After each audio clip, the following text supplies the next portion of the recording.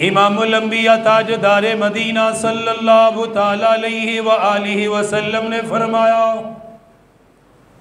حضرت موسیٰ علیہ السلام نے اللہ رب العالمین سے عرض کی، میرے پروردگار مجھے ایسے کلمات عطا فرمائیے جن سے میں آپ کو یاد کروں، آپ کو یاد کیا کرو، وہ کلمات پڑھتا رہا کرو۔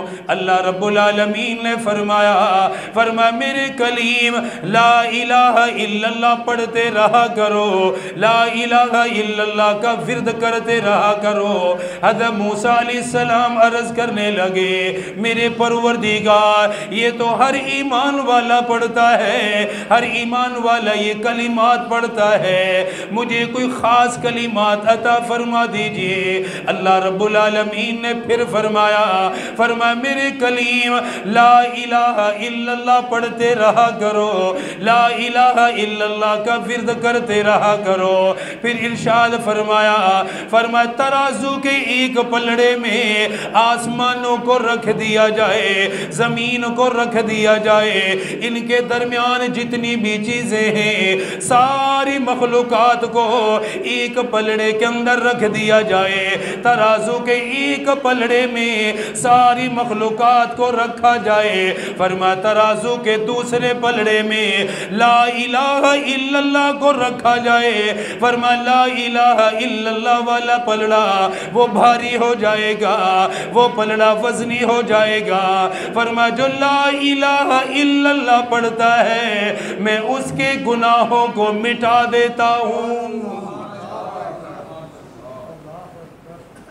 یہ اسلام کے اندر داخل ہونے کا ذریعہ ہے۔ فرمایا جس نے کلمہ پڑھا، جس نے لا الہ الا اللہ پڑھ لیا، اس کے گناہوں کو مٹا دیا گیا ہے، اس کی خطاؤں کو مٹا دیا گیا ہے۔ لا الہ الا اللہ انسان کی کامیابی کا ذریعہ ہے۔ اس لیے میرے آقا نے فرمایا، میرے محبوب نے فرمایا نیک اعمال کرتے رہا کرو، اعمال صالحہ انسان کے گناہوں کے مٹنے کا ذریعہ بنتے ہیں۔ نیک کام، نیک اعمال، اس سے اللہ گناہوں کو مٹاتا ہے۔ اور اعمال میں سب سے بڑا عمل لا الہ الا اللہ ہے۔ جب انسان یہ پڑھتا ہے تو اسلام کے اندر داخل ہو جاتا ہے۔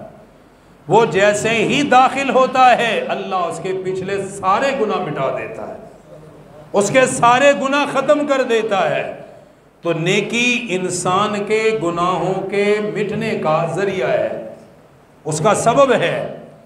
اسی لیے قرآن کریم میں جو میں نے خطبے میں آیت پڑھی، اللہ تعالیٰ خود ارشاد فرماتا ہے کہ اقم الصلاۃ طرفی النہار وزلفا من اللیل۔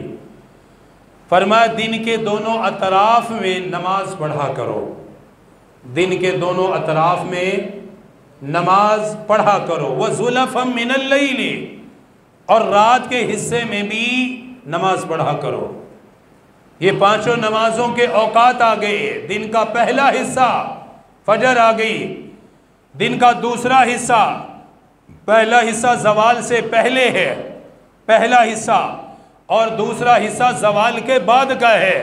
زوال سے پہلے فجر ہے، زوال کے بعد ظہر ہے، عصر ہے، یہ زوال کے بعد کی نمازیں ہیں۔ فرمایا دن کے ابتدائی حصے میں بھی نماز، اور دن کے آخری حصے میں بھی نماز، اور رات کے کچھ حصے میں بھی نماز، اس میں مغرب اور عشاء دو نمازیں آ گئی۔ پانچوں نمازیں اللہ نے اس میں بیان فرمائی۔ فرمایا کہ نمازیں پڑھا کرو، نمازیں پڑھا کرو، کیوں؟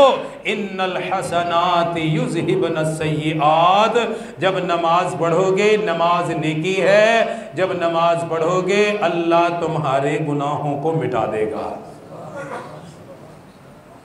نیکی